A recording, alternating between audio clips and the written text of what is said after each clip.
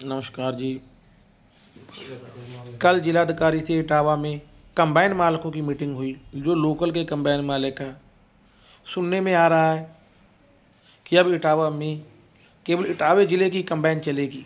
UP में कहीं भी कह रहे हैं आसपास कंबाइनें चलेंगी तो अपने अपने ज़िले की चलेगी, बाहर से कंबाइन नहीं आएगी, कि जिससे उन लोगों को काम कम मिलता है, बाहर वालों को ज़्यादा। अगर लोकल की कंबाइन चलेगी तो कटाई भी नहीं हो पाएगी, ना बढ़ाई हो पाऊगी, ग्राहक किसान बहुत परेशान होंगे, क्योंकि लोकल के कंबाइन मालिक अपनी मनमानी मर्जी से अपने रेटों से कंबाइन चलाएंगे। जो बाहर से कंबाइन आती है उसमें थोड़ा किसान को 10, 20, 50 रुपये सस्ता कटाई हो जाती है। अगर ये काम हो गया, किसान तो पहले ही दबा हुआ है और भी किसान दब जाएगा, जिससे किसानों का बहुत नुकसान होगा। इसलिए एग्रीकल्चर इम्प्लीमेंट तो कहीं भी चल जाने चाहिए, कोई प्रॉब्लम की बात नहीं है। जो बाहर से कंबाइन आती कटाई तो वो भी करते हैं। इसलिए प्रशासन से यही अपील है कि इस पे रोक लगा दी जाए और कहीं की कंबाइन आके कहीं भी चले। इटावा की कंबाइन चाहे यूपी, उत्तराखंड, पीलीभीत, शाहजहांपुर, पंजाब में जाके चले, कोई दिक्कत नहीं है। अगर जहाँ की कंबाइन वहाँ जाके चल रही तो दिक्कत काहे की है।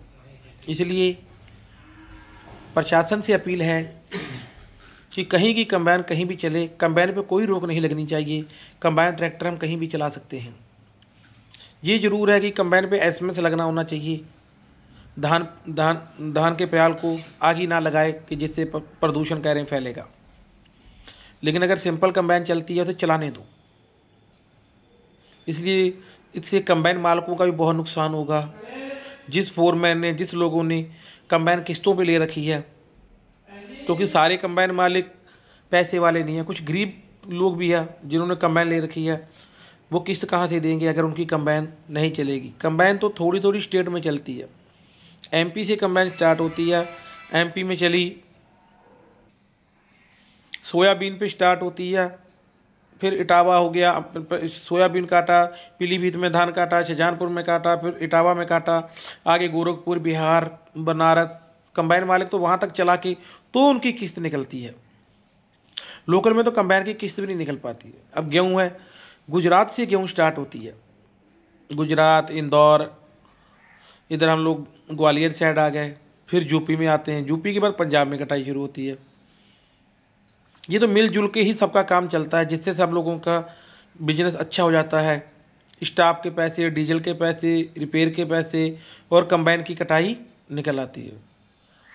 अगर कुछ गलत कहा हो तो माफ़ करना, सही है तो थोड़ा सा गौर करना। धन्यवाद जी।